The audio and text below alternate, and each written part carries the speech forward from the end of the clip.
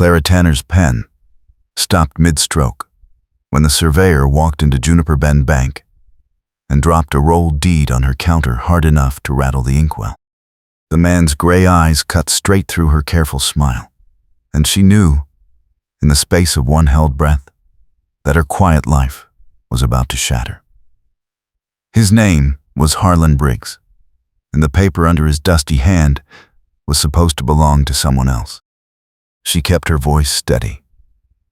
"What can I do for you, Mr. Briggs?"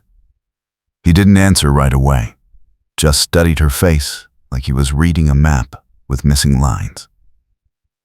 Then he said, "I need to confirm a deed transfer for Larkspur Ranch, and I need it done today. The railroad's buying up land, and I've got 3 other properties to check before sundown." His voice was rough, tired, like a man who'd been riding too long with no rest.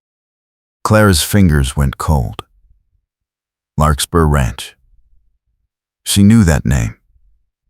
She knew it because 6 months ago, her late uncle's debts had tangled around it like barbed wire. And the only reason she still had a roof over her head was a private loan she'd taken from a man who didn't forgive late payments. A man named Cyrus Polk, who owned half the saloons in the territory and all the meanest muscle in 3 counties. The deed Harlan Briggs wanted to confirm was supposed to clear Polk's claim. But the paperwork was a mess. Signatures didn't line up. And Clara had been the one to notice. She pulled the ledger toward her, buying time. "Let me check our records." He leaned on the counter, close enough that she could smell leather and dust and sweat. His jaw was tight, and there were shadows under his eyes that spoke of long nights and dangerous trails. Clara flipped pages, her heartbeat loud in her ears. The deed was fraudulent. She'd known it the moment she saw it. But if she said that out loud, Polk would know she'd looked too close, and the debt she owed him would turn into something worse than money. Harlan watched her hands. "You're stalling." She looked up, met his gaze. The exhaustion there was real, but so was the sharp intelligence. He wasn't a man who missed details. "I'm being thorough," she said. He straightened, pulled off his hat, ran a hand through black hair that stuck up in tired angles. "Thorough's fine, but I've got a cattle drive starting in 4 days. And if this deed doesn't clear, the whole route's blocked by railroad surveyors." His voice dropped. 100 head of cattle, and a dozen men counting on me to finish what I promised. Clara made a decision she'd regret for the next 72 hours. She closed the ledger. "Mr. Briggs, this deed has a problem." He went still. "What kind of problem?" "The kind that means whoever sold it to the railroad didn't have clear title." His face didn't change, but his knuckles whitened where they gripped the counter edge. "Who holds the real title?" She hesitated. "A man named Cyrus Polk." Harlan's expression turned to stone. "Polk." She nodded. He pushed back from the counter, paced 3 steps, turned. "Polk's the man who held the mortgage on my brother's freight business. When my brother couldn't pay, Polk took everything, sold it for scrap, and left his widow with 2 kids and nothing." He came back to the counter. "If Polk owns Larkspur Ranch, then the whole cattle route I planned is a trap." Clara's chest tightened. "I didn't say he owns it legally." Harlan's eyes narrowed. "What are you saying?" She glanced at the door, lowered her voice. "I'm saying the deed you brought in is a forgery, and if the railroad finds out, they'll pull their contract, and Polk will come looking for someone to blame." She took a breath. "And I'm the one who just told you." He studied her for a long moment.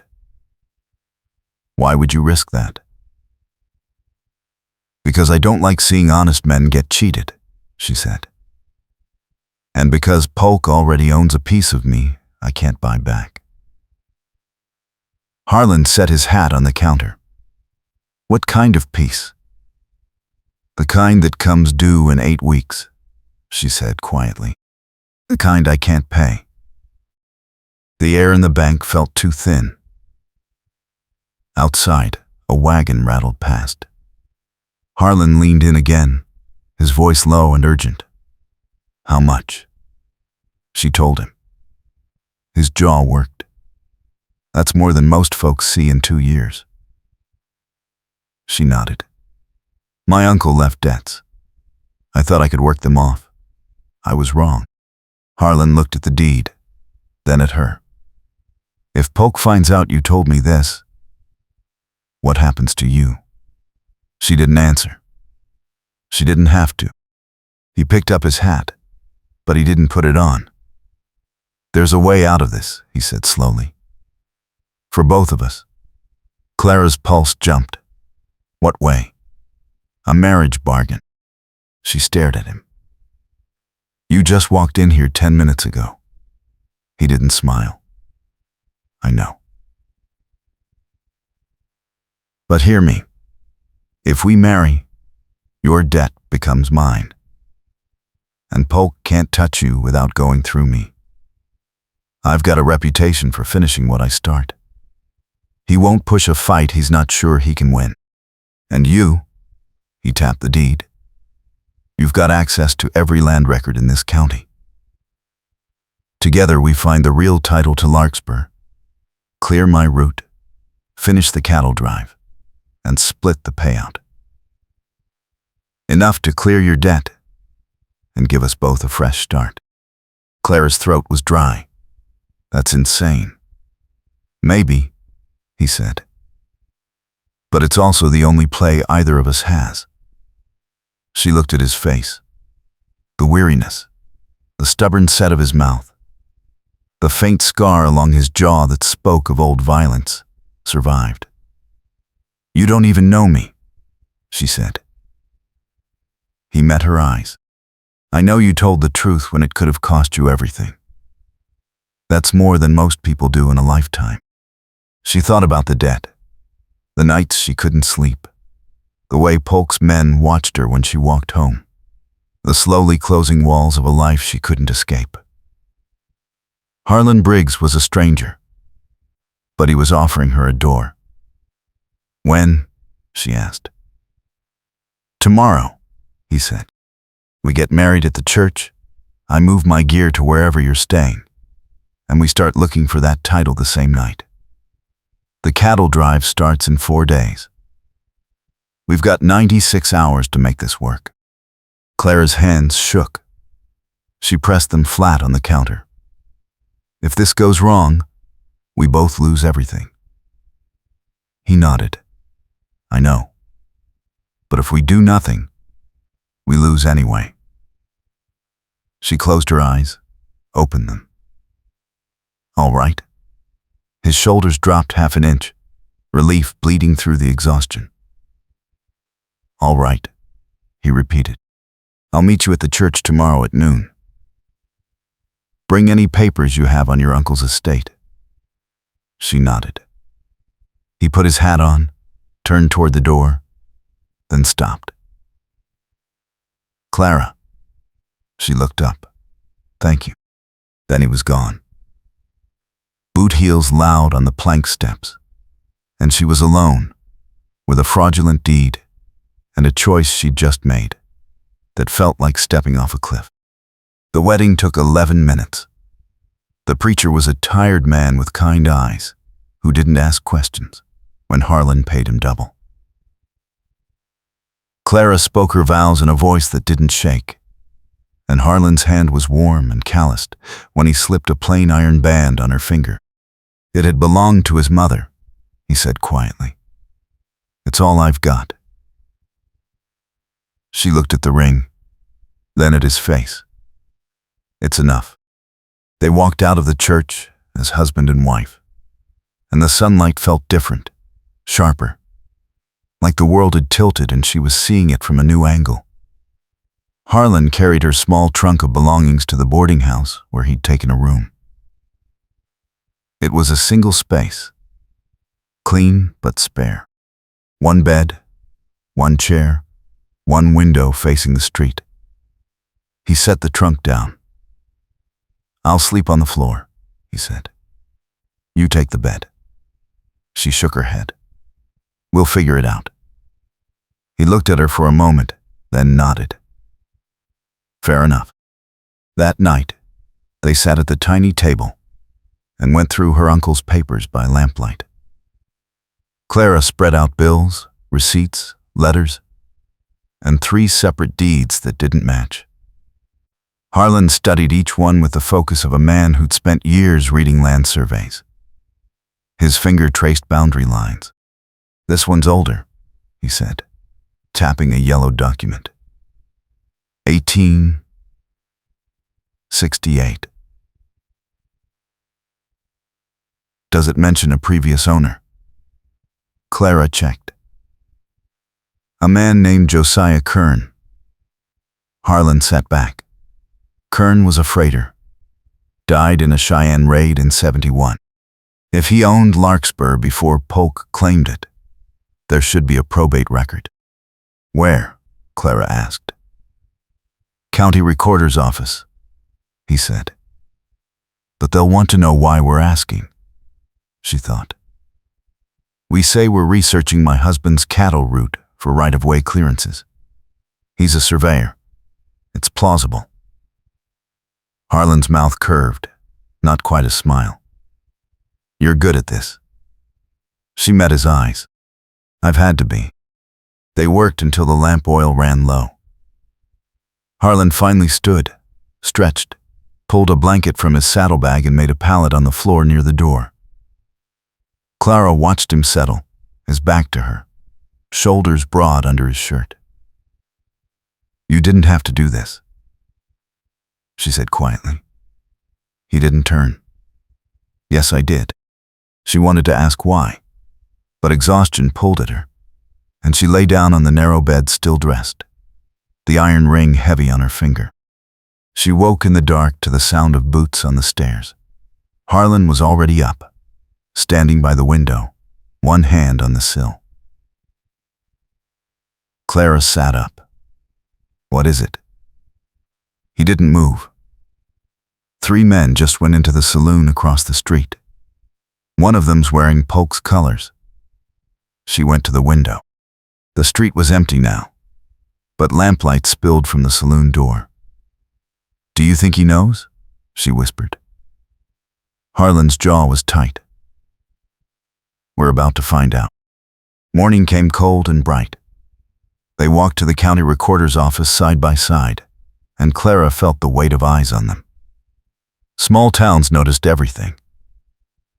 The recorder was a narrow man with ink-stained fingers who looked at them over tiny spectacles. "What's your business?" Harlan handed him a list of parcels. Right-of-way research for a cattle drive. The man grunted, pulled a heavy ledger from a shelf. "This'll take time." They waited. Clara sat on a hard bench, hands folded, while Harlan stood near the window watching the street. An hour passed. Then the recorder called them over.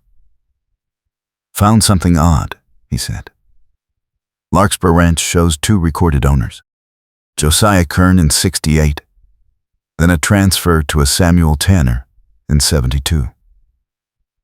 "Your uncle," he said to Clara. "But there's no record of transfer from Kern to Tanner.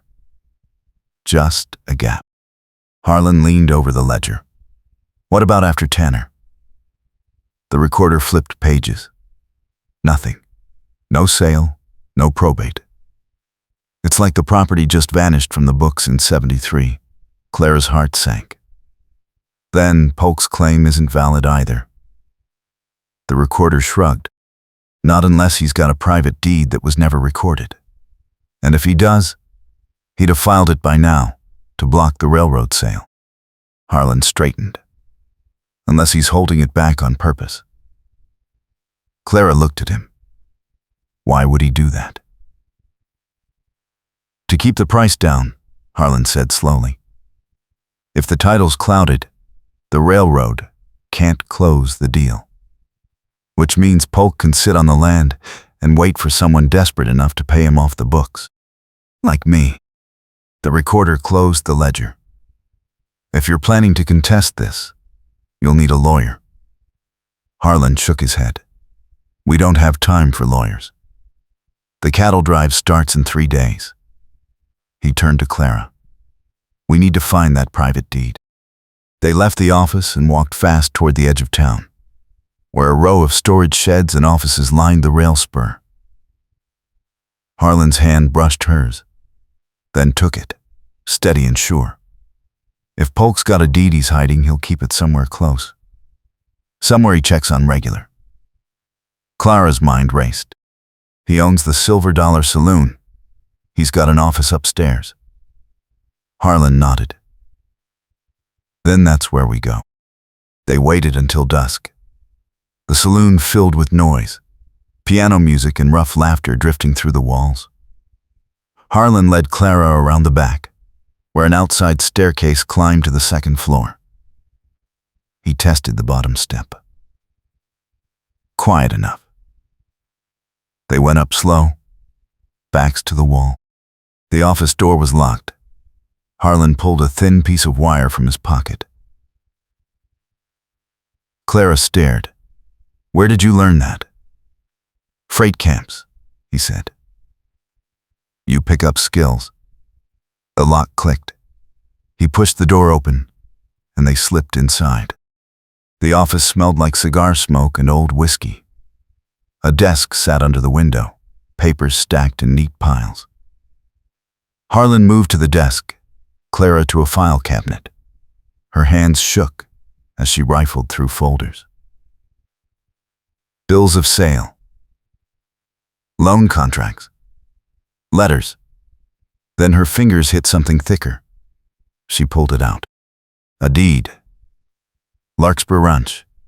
Signed by Josiah Kern and witnessed by 2 men she didn't recognize. Dated 1871. She held it up. Harlan crossed the room, took it, scanned the text. His face went hard. This is it. Kern to Polk. Private sale, never recorded. He folded it, tucked it inside his jacket. The door opened. Cyrus Polk stood in the frame, flanked by 2 men with fists like hammers. His smile was thin and cold. Heard you 2 got married. Thought I'd come congratulate you personal. Harlan stepped in front of Clara. We were just leaving. Polk's smile didn't change. Not with my property. You're not. He nodded at the jacket. Hand it over. Harlan didn't move. This deed's a fraud. Kern died before this sale date. You forged it to block the railroad and jack up the price. Polk's eyes narrowed. Prove it. Harlan pulled the paper out, held it up. The witness signatures don't match county records. I checked. Polk's jaw tightened. Doesn't matter. You're standing in my office, stealing my documents. That's a hanging offense in some towns. Clara's voice cut through. Not if we're acting on behalf of the rightful owner. Polk looked at her. And who would that be? My late uncle, Samuel Tanner, she said steadily, who held Larkspur from 72 until his death last year, which makes me his heir. And my husband, as surveyor, is authorized to verify title on my behalf. Polk studied her, then Harlan. You've got sand, girl. I'll give you that. But sand doesn't pay debts. You owe me $4,000, and it's due in 7 weeks. Harlan's voice was ice. The debt's mine now, and we'll pay it after the cattle drive. Polk laughed. short and sharp.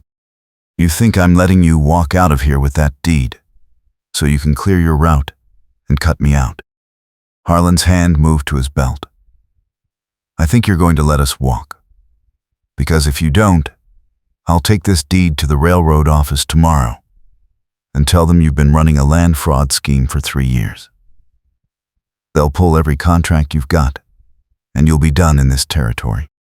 Polk's smile vanished. You won't make it to the railroad office. Harlan's voice didn't rise. You willing to bet your whole operation on that? The silence stretched like a wire about to snap. Then Polk stepped aside. You've got 72 hours to finish your cattle drive and bring me my money. After that, I come looking. And I don't stop until I find you both. Harlan took Clara's hand, and they walked past Polk and his men, down the stairs, into the street. Her heart hammered so hard, she thought her ribs would crack. They didn't stop until they reached the boarding house. Harlan locked the door, checked the window, then sat down hard on the chair. Clara leaned against the wall, legs shaking. That was the stupidest thing I've ever done, she whispered. He looked at her. It worked. She laughed. A little while. We're not dead yet. Give it time. He stood, crossed to her, took her shoulders gently. Listen to me. We've got the deed. We've got the route. Tomorrow I start moving cattle. You stay here, stay quiet, and don't go near Polk or his men. I'll be back in 3 days with enough money to clear your debt, and then some. She looked up at him. What if you don't come back? His eyes were steady. Then you take this deed. You go to the railroad, and you sell Larkspur yourself. You'll get enough to disappear. Start over somewhere Polk can't find you. Clara's throat closed. I don't want to disappear. I want. She stopped. His hand came up, brushed a strand of black hair from her face. What do you want? She met his gaze. I want you to come back. The air between them changed. He leaned in, and she didn't pull away. His mouth brushed hers, careful, asking. She answered, rising on her toes, her hands finding his shoulders. The kiss deepened, and for a moment there was no debt, no danger, no cattle drive. Just the warmth of his arms and the steady beat of his heart under her palms. When they pulled apart, his forehead rested against hers. I'll come back, he said quietly. I promise. She nodded, not trusting her voice. He stepped back, picked up his hat. I leave at first light, get some sleep. She watched him make his pallet on the floor again. And this time when she lay down, the bed felt too wide and too cold. Morning came too fast. Harlan was already dressed, gear packed. Clara walked him to the door. He paused, looked back at her. If Polk's men come around, you tell them I took the deed with me. Don't let them think you know where it is. She nodded. Be careful. He touched her cheek once, briefly. Then he was gone. The next 3 days were the longest of Clara's life. She went to work at the bank, kept her head down, smiled at customers. But every time the door opened, her pulse jumped. Polk's men came by twice, asking questions. Where's your husband? When's he back? What route did he take? She gave them nothing, and they left, but their eyes promised they'd be back. On the third night, a man came to the boarding house. He was young, dusty, wild-eyed. Harlan sent me, he said. There's trouble. Clara's stomach dropped. What kind of trouble? The cattle got spooked in a canyon pass. Rockslide blocked the route. Harlan's trying to find another way through, but it's going to take another 2 days, maybe 3. And Polk's men are riding out tomorrow to find him. Clara's mind raced. If Polk's men reached Harlan before he finished the drive, they'd take the cattle, the deed, and probably his life. She looked at the young man.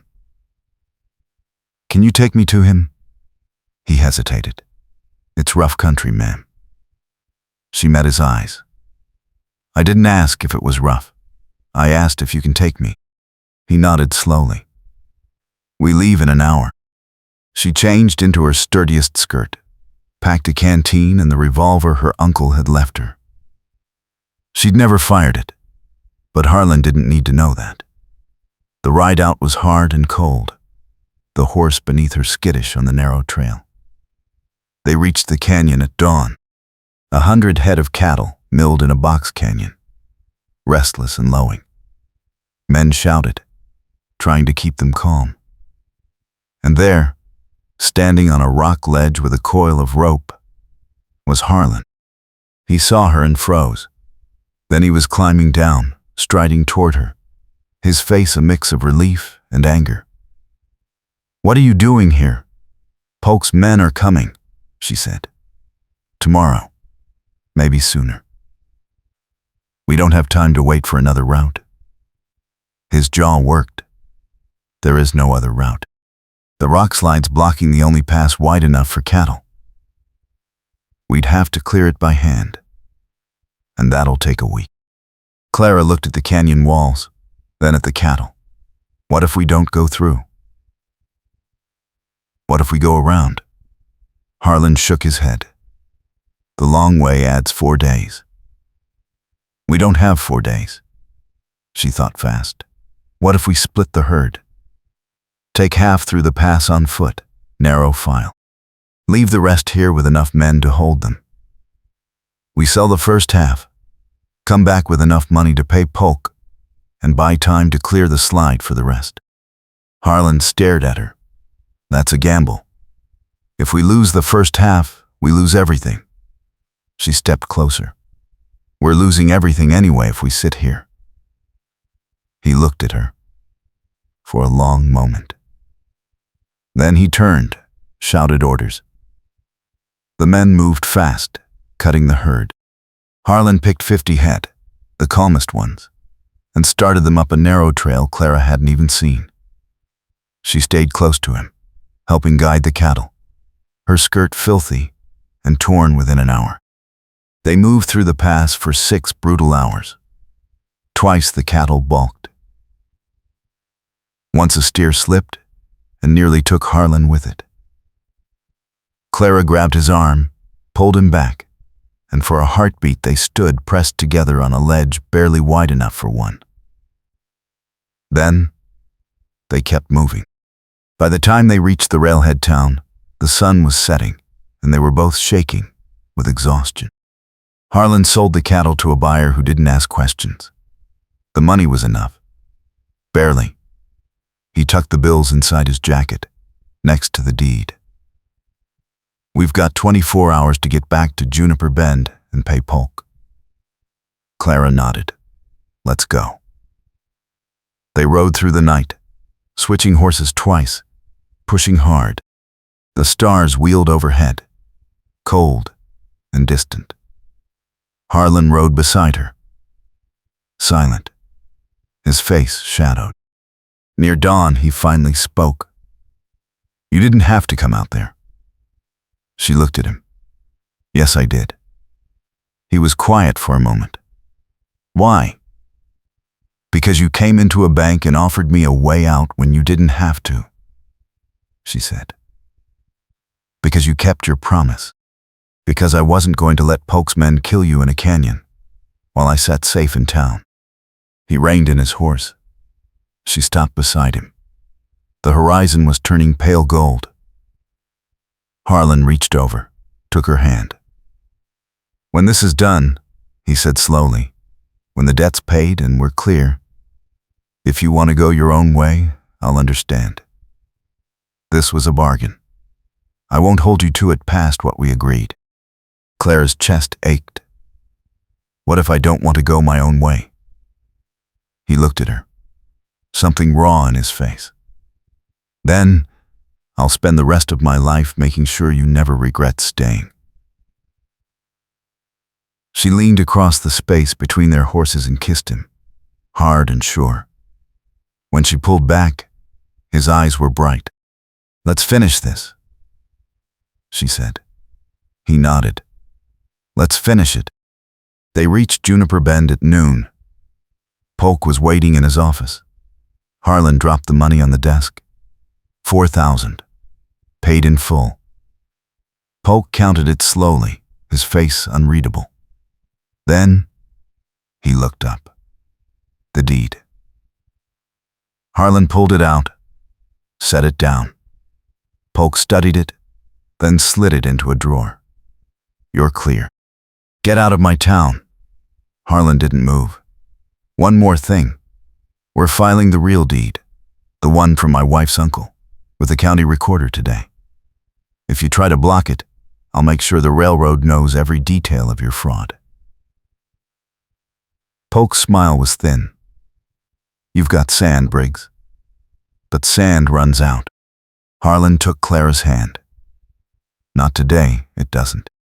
They walked out into the bright afternoon. Clara felt light, like she'd been carrying a weight so long she'd forgotten it was there. Harlan stopped in the middle of the street, turned to her. We did it. She laughed, a little dizzy. We did. He pulled her close, kissed her in front of the whole town, and she didn't care who saw. But the relief lasted less than an hour. They were walking back to the boarding house when a man ran up, breathless. Mr. Briggs. The county recorder sent me. Someone broke into his office last night, stole a stack of deeds, including the one you were researching. Clara's stomach dropped. Harlan's face went white. Polk. They ran to the recorder's office. The man was furious, pacing. A dozen deeds? Gone. No sign of forced entry. Whoever did it had a key. Harlan's hands curled into fists. Polk has a key. He's on the county land board. The recorder shook his head. Even if he does, I can't accuse him without proof. Harlan turned to Clara. If he has that deed, he can destroy it, and we're back to having no legal claim to Larkspur. Which means the railroad deal dies, and Polk can sit on the land forever. Clara's mind raced. We have to get it back. Harlan's jaw was tight. He'll be expecting that. His office will be locked down tighter than before. She met his eyes. Then we don't go to his office. We go to where he feels safe, where he keeps things he really cares about. Harlan frowned. Where's that? She took a breath. His house. Polk's house sat at the edge of town, a 2-story structure with a wide porch and iron gates. They waited until full dark. Harlan checked the gates. Locked. He looked at Clara. You don't have to do this. She pulled her cloak tighter. Stop saying that. He almost smiled. Then let's go. They climbed the fence, moved across the yard in shadow. A dog barked once, then stopped. Harlan tried the back door. Locked. He pulled out his wire again, worked the lock. It took longer this time. Sweat beaded on his forehead. Finally, the lock gave. They slipped inside. The house was quiet. Too quiet. They moved through a hallway, past a parlor. Harlan pointed to a door. Office. They went in. A desk, bookshelves, a safe in the corner. Harlan knelt by the safe. I can't crack this. Clara scanned the room. There has to be something. She opened desk drawers, rifled through papers. Nothing. Then her hand brushed the underside of a drawer and felt something taped there. She pulled. A small key. Harlan took it. Tried the safe. The key didn't fit. He swore under his breath. Clara looked at the bookshelves. Her uncle used to hide things in books. She pulled volumes down, shook them. Nothing. Then she found a hollowed-out ledger. Inside, folded tight, was the deed. Harlan. She held it up. He crossed the room, took it. His face was grim. Let's go. They turned toward the door. Polk stood there, gun in hand.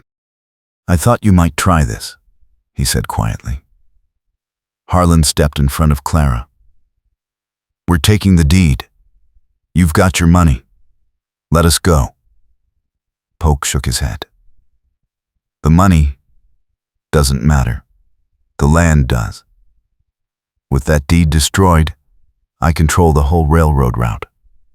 I'll make 10 times what you paid me. He raised the gun.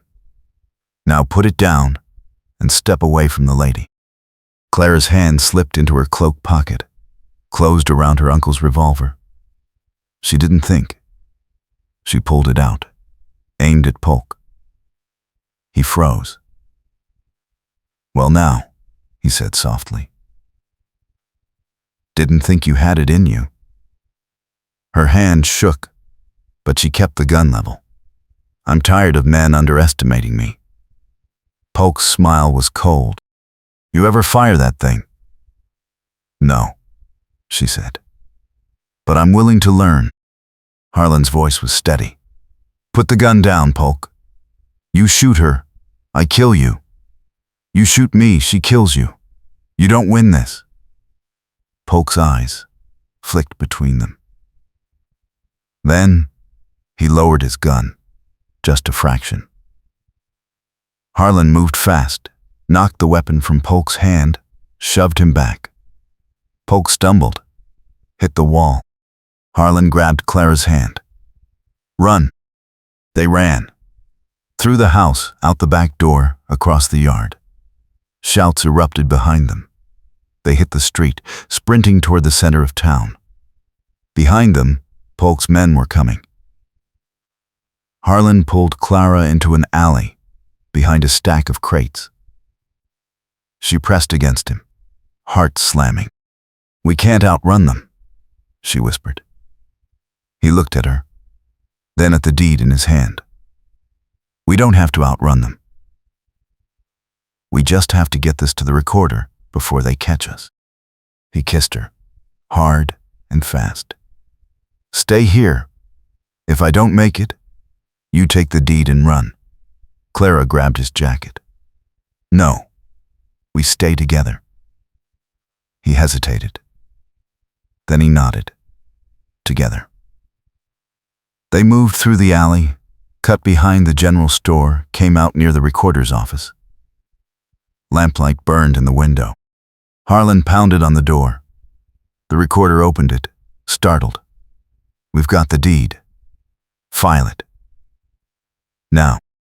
The man looked past them, saw Polk's men rounding the corner. He pulled them inside, slammed the door, threw the bolt. Polk's fist hammered the wood. Open up. The recorder ignored him, took the deed to his desk, dipped his pen. This'll take a minute. Outside, the pounding continued. Then a voice. Burn them out. Clara's blood went cold. Harlan crossed to the window. They're piling brush against the door. The recorder didn't look up. Kept writing. Almost done. Smoke began to seep under the door. Clara coughed. Harlan grabbed a bucket of water, threw it at the base of the door. It bought them seconds. The recorder signed the deed, stamped it, slid it into the official record book. Done. It's filed. and binding. Harlan grabbed a chair, smashed the back window. Clara climbed through first, then Harlan, then the recorder. They dropped into the alley as the front door burst into flames. Polk stood in the street, his face twisted with rage. "You're dead, Briggs." Harlan pulled Clara close. "Not today." They ran for the train station. A westbound was pulling in, steam hissing. Harlan bought 2 tickets. "Where are we going?" Clara asked. "Anywhere that's not here." They climbed aboard. The train lurched forward. Clara leaned against Harlan, breathless. "We did it." He kissed the top of her head. "We did." She looked up at him. "What now?" He was quiet for a moment. "Now we go back to Larkspur. Clear the rest of the cattle. Build something that's ours." She smiled. "Ours. I like the sound of that." His arm tightened around her. "So do I." But the peace lasted only until the next station. They stepped off to stretch their legs, and a man in a railroad uniform approached. "Mr. Briggs." Harlan tensed. The man held out an envelope.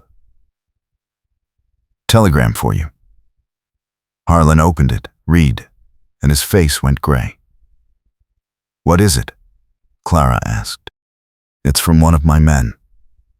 Polk's riders hit the canyon camp, ran off the rest of the cattle, killed 2 of my crew."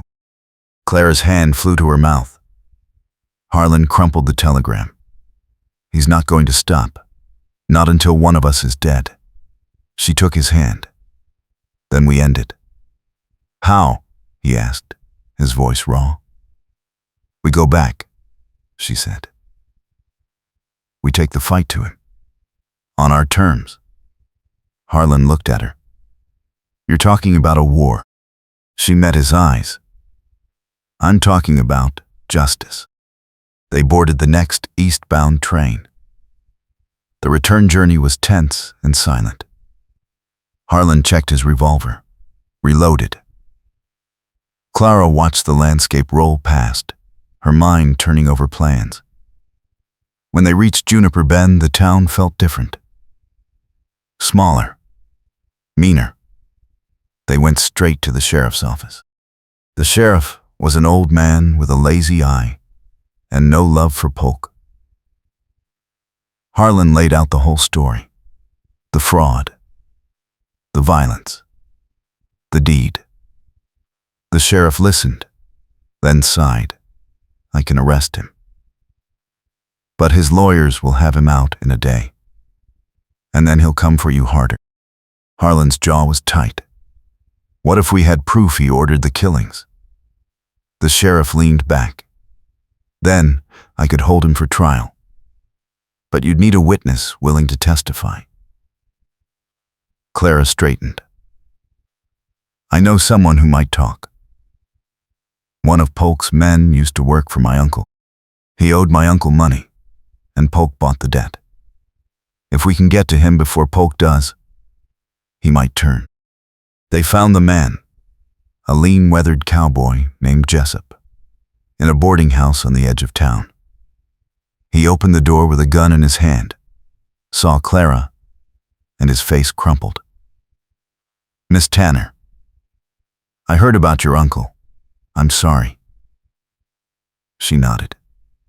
"Jessup, I need your help."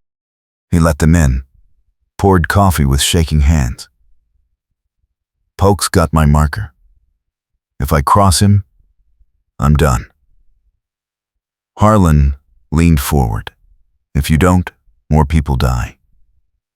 Jessup looked at him, then at Clara. "What do you need?" 2 hours later, Jessup walked into the sheriff's office and gave a full statement. Polk had ordered the canyon raid, had paid men to kill Harlan's crew and scatter the cattle. The sheriff arrested Polk that night. Polk's men tried to break him out, but the town had had enough. A dozen citizens stood guard outside the jail. rifles ready. Polk stayed behind bars. The trial took 3 weeks. Clara testified. Harlan testified. Jessup testified. The jury deliberated for 4 hours and came back with a guilty verdict. Polk was sentenced to 15 years hard labor. When the judge read the sentence, Polk looked across the courtroom at Clara and Harlan. His face was stone. "You won't live long enough to enjoy it," he said quietly. The bailiff dragged him out. Clara should have felt relief. Instead, she felt tired, bone deep and cold. That night, she and Harlan sat in their boarding house room, the lamp burning low. "It's over," Harlan said. She nodded. But it didn't feel over. It felt like waiting for the next blow. 3 days later, Polk escaped. No one knew how. The sheriff found the guard unconscious and the cell door open. Polk vanished into the territory like smoke. Harlan pulled Clara close. "We're leaving. Tonight." She shook her head. "If we run, he wins." Harlan's voice was low and urgent. "If we stay, we die." She met his eyes. "Then we make sure he's the one who dies." Harlan stared at her. "You're serious?" She nodded. "I'm done being afraid. We set a trap. Use ourselves as bait. Draw him out. End this." Harlan was silent for a long moment. Then he kissed her forehead. "All right, but we do it smart." They chose an abandoned barn outside town. Spread the word they'd be there settling accounts with a cattle buyer. Then, they waited. Harlan positioned himself in the loft with a rifle. Clara stood near the door with her revolver and a lantern. The sun set. Stars came out. Then hoofbeats. Polk rode in alone, dismounted, walked toward the barn.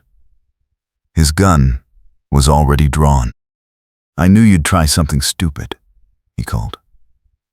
Harlan's voice came from the loft. "Drop the gun, Polk." Polk fired. The shot splintered wood near Harlan's head. Harlan returned fire. Polk dove behind a water trough. Clara moved along the wall, circling. Polk saw her, swung his gun toward her. Harlan fired again, clipped Polk's shoulder. Polk staggered, fired wild. Clara raised her revolver, hands steady this time. She'd been practicing. She fired. The bullet caught Polk in the chest. He dropped to his knees, surprise on his face. Then he fell forward into the dirt. Clara lowered the gun, her ears ringing. Harlan climbed down from the loft, crossed to Polk, checked for a pulse. "He's dead." Clara's legs gave out. She sat down hard on a hay bale. Harlan knelt beside her, took the gun gently from her hand. "It's over." This time, she believed him. The sheriff ruled it self-defense. The town held a quiet funeral for Polk. No one came. Clara and Harlan sold Larkspur Ranch to the railroad for enough money to buy a small spread closer to town and start fresh. They built a house with their own hands, room by room. The work was hard and good. At night they sat on the porch and watched the stars, and Clara learned what peace felt like. One evening, 6 months after the trial, Harlan came in from the fields and found Clara standing by the window, one hand on her belly. She turned, and he saw the look on her face. He crossed the room, took her hands. She nodded. He pulled her close, and she felt his heart hammering under her cheek. "We're going to be all right," she whispered. He kissed her hair. We already are. But trouble wasn't done with them yet. 2 weeks later, a woman arrived at their door. She was young, dressed in travel-worn clothes, her face pale and frightened. She said her name was Lily, and she was Polk's daughter. Clara's stomach dropped. Harlan stepped in front of her. "What do you want?" Lily's voice shook. "I don't want trouble. I just want to know if what they say is true. If my father really did all those things." Clara met her eyes. "Yes, he did." Lily's face crumpled. She sat down on the porch steps, head in her hands. "I didn't know. I swear I didn't know." Harlan and Clara exchanged a glance. Clara sat beside the girl. "What will you do now?" Lily looked up. "I don't know. He left debts. People hate me because of him. I can't stay here." Clara thought about her own uncle's debts, the weight of inheriting shame. She made a decision. "You can stay with us, work the ranch, earn your keep, start over." Lily stared. "Why would you do that?" "Because someone gave me a chance when I didn't deserve one," Clara said. She looked at Harlan. "And I'm still grateful." Harlan's expression softened. He nodded. "All right, but you work hard, and you leave the past where it belongs." Lily's eyes filled. "Thank you." Clara stood, offered her hand. "Come on, let's get you settled." Over the following months, Lily proved herself. She worked dawn to dusk, never complained, and slowly the town began to see her as separate from her father's shadow. Clara taught her to keep books. Harlan taught her to handle horses. And one day, Clara realized Lily had become something like a sister. But the past had one more card to play. A man arrived in town claiming to be Polk's business partner, demanding a share of the Larkspur sale money.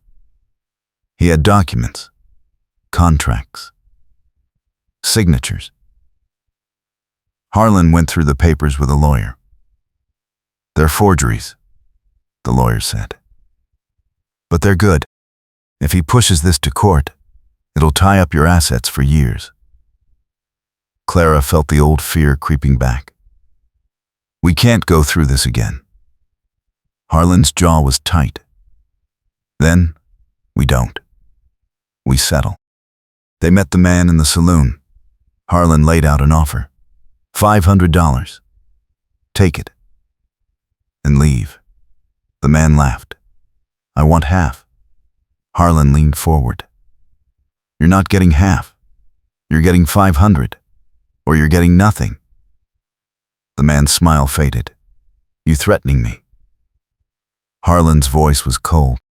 "I'm giving you a choice." The man looked at Clara, at Lily sitting beside her, at the hard faces of the ranchers who'd gathered to watch. He took the money and left town on the next stage. Clara exhaled. Is it ever going to stop? Harlan took her hand. Eventually, but every time it comes at us, we'll be ready. She leaned into him. I'm tired of being ready. I want to just live. He kissed her temple. Then let's live. Starting now. And they did. They raised cattle, grew a garden, built friendships with neighbors. Lily married a blacksmith and moved to a homestead a mile down the road. Clara gave birth to a daughter with black hair and gray eyes. They named her Hope. Harlan held the baby with hands that had known violence and exhaustion. And Clara saw tears on his face. She's perfect, he whispered. Clara smiled. So are you. The years rolled by. Harlan taught Hope to ride. Clara taught her to read. They bought more land, hired help, became a fixture in the community. People forgot, or chose to forget, the blood and fire that had brought them together. But Clara and Harlan never forgot. On cold nights, they sat by the fire and remembered the desperate bargain, the stolen deed, the canyon pass, the gunfire, the choice to stay and fight. One evening, when Hope was 5 and asleep upstairs, Clara looked across the table at Harlan. "Do you ever regret it? Marrying me that day?" He set down his cup, reached for her hand. "Not once." She smiled. "Even when I got you shot at?" He laughed, low and warm. "Especially then." She shook her head. "You're impossible." He pulled her onto his lap. "And you're stuck with me." She kissed him. "Good." But life had one more test. A drought hit the territory. Wells dried up. Crops failed. Cattle died. The ranch teetered on the edge of ruin. Harlan worked himself to exhaustion, digging deeper wells, hauling water from the river. Clara sold everything she could spare. It wasn't enough. One night, Harlan sat at the table, head in his hands. "We're going to lose it. All of it." Clara knelt beside him. "No, we're not." He looked at her, hollow-eyed. "There's no money left." She took his face in her hands. "Then we find another way. We always do." He closed his eyes. "I'm so tired, Clara." She kissed him. "I know.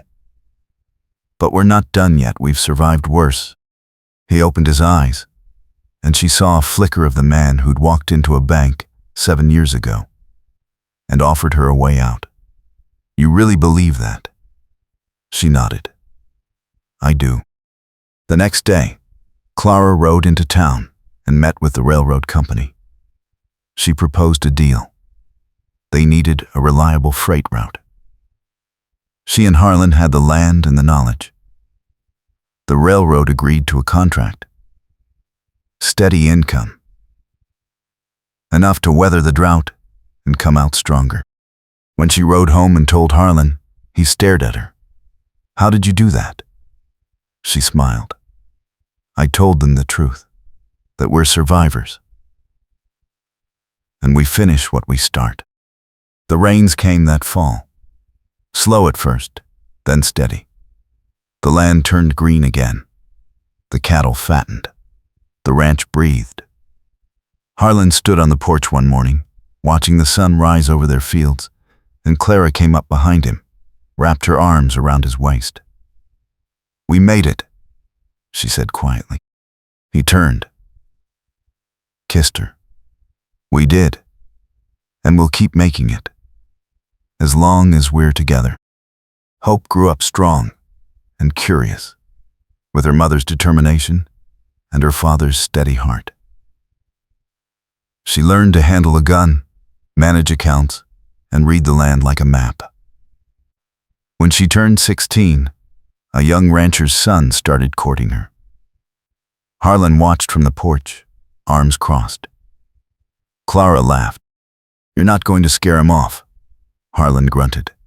"I can try." Clara took his hand. "Let her choose her own path, like I did." He looked at her. "Your path led to me." She smiled. "Exactly." But the young man was genuine, hard-working, and respectful. Over time, even Harlan had to admit he approved. When Hope married at 18, it was a quiet ceremony under the same cottonwood tree where Clara and Harlan had planted their first garden. Clara cried. Harlan held her close. "She's going to be fine," he whispered. Clara nodded. "I know. It's just hard to let go." kissed her hair. "We're not letting go. We're watching her fly." The newlyweds built a homestead on the far edge of the ranch.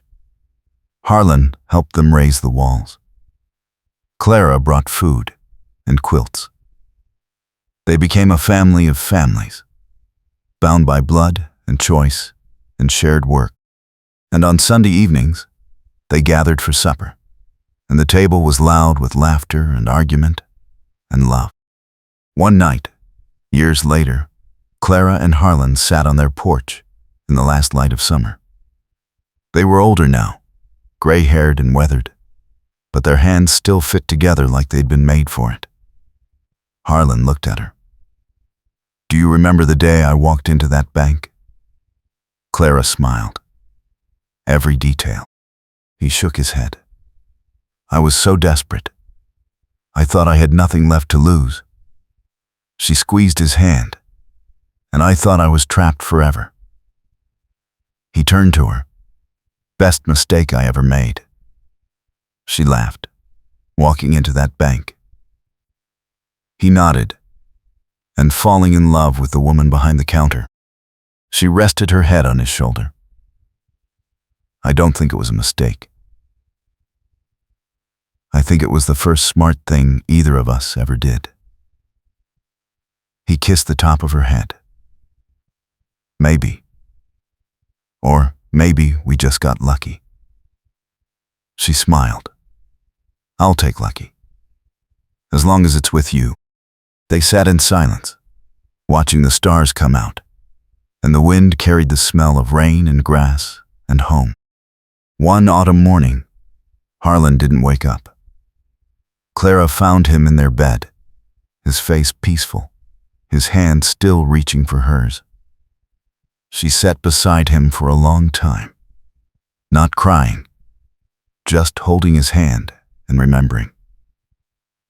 The bank counter, the canyon pass, the train platform, the stolen deed, the gunfire, the drought, the laughter, the thousand small moments that had built a life. Hope found her there at noon, still holding his hand. "Mama." Clara looked up. "He's gone." Hope's face crumpled. Clara stood, pulled her daughter close. "It's all right. He lived a good life. We both did." Hope cried into her mother's shoulder. "What are we going to do without him?" Clara's voice was steady. "We're going to keep going. Because that's what he taught us. We finish what we start." They buried Harlan on a hill overlooking the ranch, under a sky so blue it hurt. The whole town came. Lily came with her grown children. Hope's husband stood beside Clara, holding her up when her knees shook. The preacher spoke about faithfulness and courage. Clara didn't hear most of it. She was remembering the feel of Harlan's hand in hers, the sound of his voice, the way he'd looked at her like she was the only thing in the world that mattered. After the service, people came to the house with food and condolences. Clara accepted them with grace, but inside, she felt empty. That night, alone in the bed that was too big now, she cried. Hard, racking sobs that left her breathless. She cried for the man who'd saved her, for the life they'd built, for all the years they wouldn't have. And when the tears finally stopped, she felt something shift. Not peace, not yet, but a kind of acceptance. Clara lived another 10 years. She ran the ranch with Hope's help, taught her grandchildren to ride, and kept Harlan's memory alive in stories. She never remarried. When people asked why, she smiled and said, "I already had my great love. I don't need another."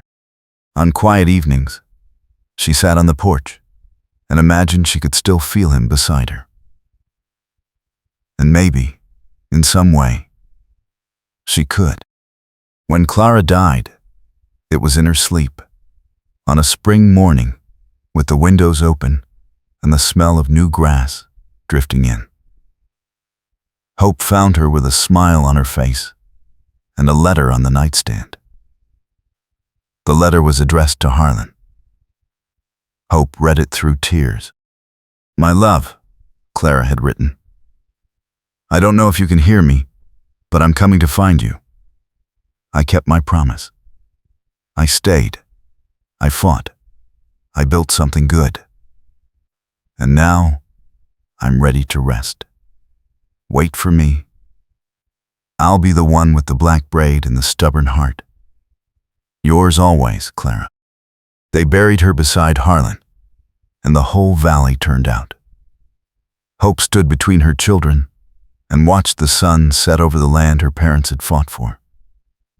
She thought about the stolen deed, the train platform, the desperate bargain that had become a love story.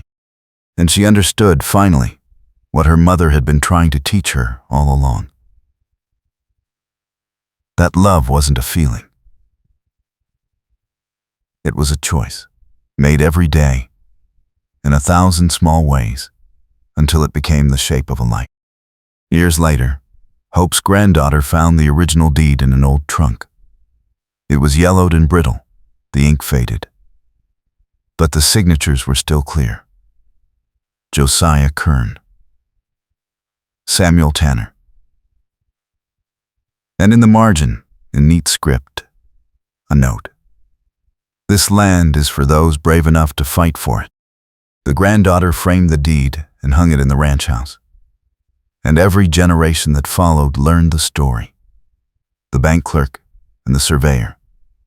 The marriage bargain. The stolen deed. The train platform. The love that had been forged in fire and lasted a lifetime. And on summer evenings, when the wind blew just right, people swore they could see 2 figures standing on the hill where the graves were. A woman with a black braid and a man in a worn hat, holding hands and looking out over the land they'd made their own. Some said it was a trick of the light. Others said it was something more. But everyone agreed on one thing. That love, real love, didn't end with death. It became part of the land, part of the sky, part of the story that would never stop being told. The ranch still stands. The land is still green. And if you visit on the right evening, when the sun is setting and the wind is soft, you might hear a voice on the breeze. A woman's voice, strong and sure. "We made it," it says. "We finished what we started." And somewhere, carried on that same wind, comes an answer. A man's voice, low and warm. "We did. And I'd do it all again. For you."